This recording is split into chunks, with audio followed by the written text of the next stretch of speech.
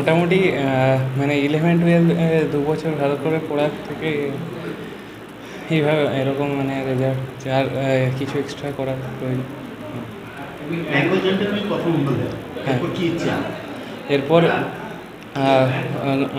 মানে আইআইটির থেকে computer science নিয়ে পড়ার ইচ্ছা আছে। পরিবারের কীরকম সহযোগিতা পেতে?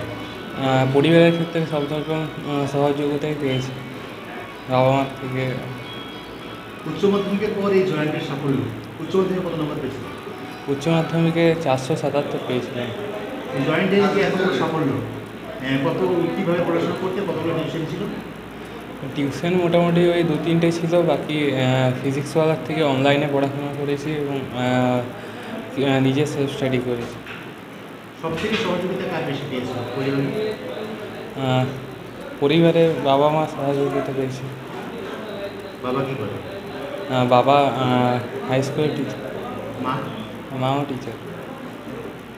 এই যে তোমার বড় হয়েছে আইআইটি খড়গপুর থেকে, হ্যাঁ, আইআইটি থেকে কী নিয়ে পড়তে যাও?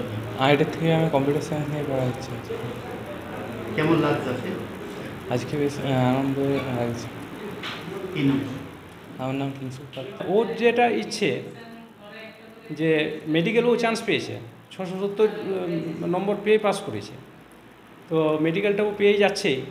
মেডিকেলের পাশাপাশি ওর আইআইটি ইঞ্জিনিয়ারিং এটাতে খুব ইচ্ছে।